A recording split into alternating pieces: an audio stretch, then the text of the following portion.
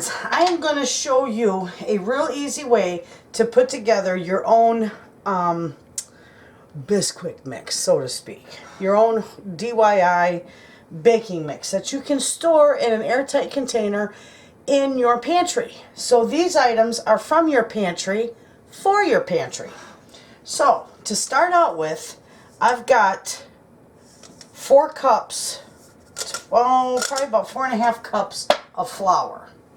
To that I'm going to add a 1/2 cup of powdered milk, and here I've got 2 tablespoons of sugar, 2.5 tablespoons of baking powder, and a 1/2 tablespoon of salt, and all that's going to go in there. Okay, now we're going to take and we're going to mix this all together real well before we put anything else in it. You want that mixed up really, really well. You could even sift this if you'd like. I'm just going to mix it though. Okay, so that I believe is mixed up pretty good. Alright, now what we're going to do is we're going to add a 1/2 cup of shortening to this. I don't use butter, I use shortening for this.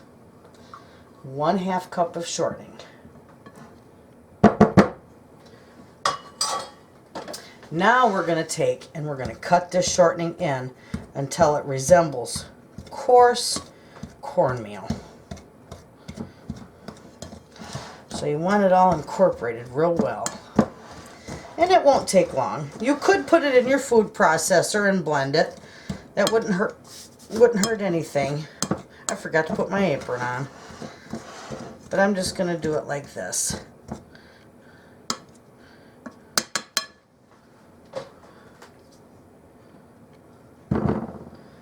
Keep going. Because you want that all put together real well. This stuff is wonderful. You can use it for muffins, little coffee cakes, biscuits. You can use it to make dumplings. Anything that you would use Bisquick for. Pancakes, waffles, any of that. And this saves you a lot of money when you do it yourself and you know what's in it. And this will last in your pantry for about 3 to 6 months. If you're going to keep it for long-term storage, if you're going to make a big batch of it up, you know, double, triple, or quadruple it, if I was you, I would store it in a freezer. Because then you know it's going to last, it'll be safe, and it won't be a waste of money. It won't be wasted. So there you have it. See that? That's looking pretty good. And I think we got it all cut in there pretty good.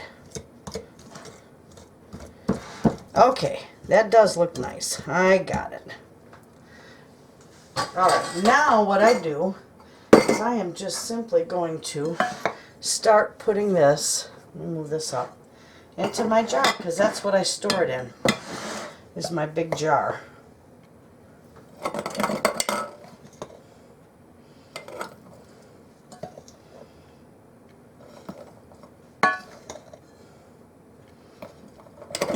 I use this stuff quite a bit. And I'm going to show you in another video how I make a really nice batch of cinnamon rolls out of this.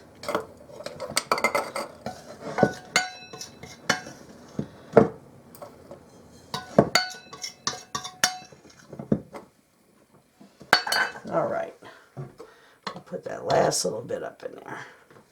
There we go. Put that all in there. And there you have it. That is nice. Now all I do with this is I just label it and set it on my shelf. That is the easiest thing to make in the world, and it saves you a lot of money, and it's stocking your pantry from your pantry stock. So there you have it, friends. Thanks for watching.